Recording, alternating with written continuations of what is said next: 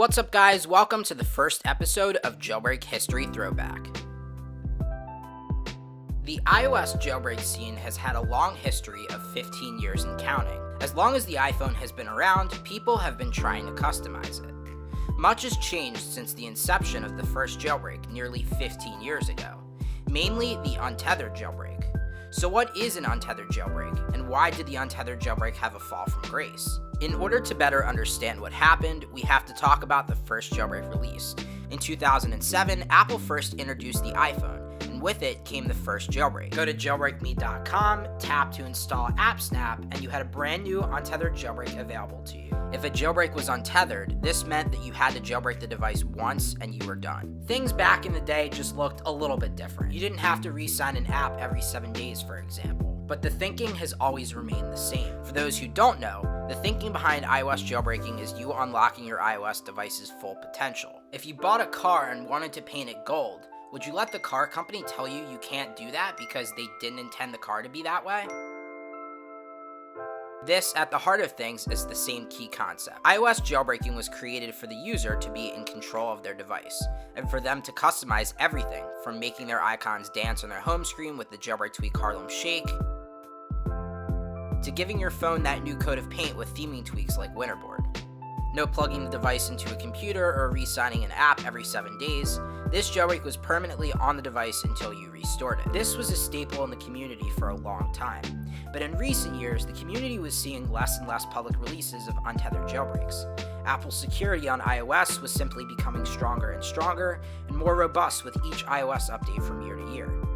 Apple began hiring old security researchers who had created public jailbreaks in years past, and many third-party companies were accepting exploit bounties, sometimes in the millions of dollars. Because of this, public jailbreaks themselves took a back seat, and untethered jailbreaks were the first to go. In 2015, with iOS 9, Apple introduced the ability to sideload applications via a free developer account. Now there was a user-friendly, easy way to tap a button on your device to turn the jailbreak on again. So, Pangu took advantage of this later that year with their release of the iOS 9.3 jailbreak. And from there, history was made. Why waste all of that potential money and time on something that isn't needed? If there was a persistent untethered exploit, it could be sold for much more than a researcher could ever make from community donations.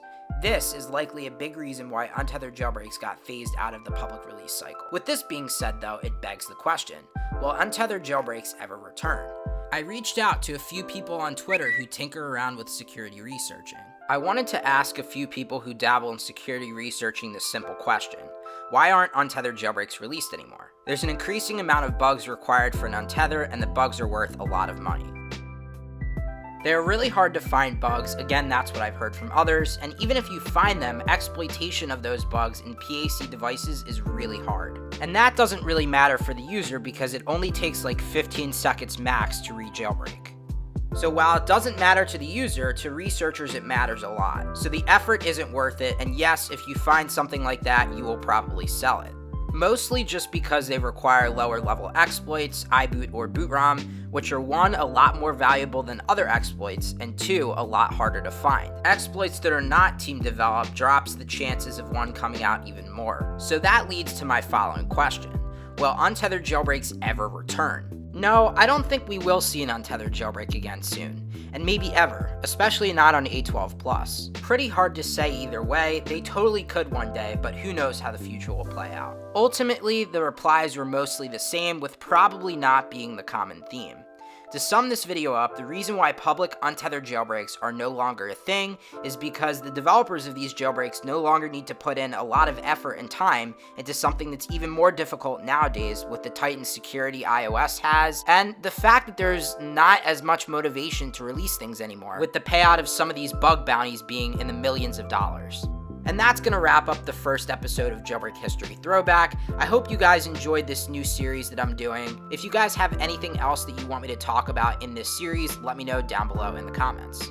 Please remember to leave a like, as it really does help. If you guys want to see more videos like this, please remember to hit that subscribe button, and also turn on that post notification bell so that way you never miss out on a brand new upload.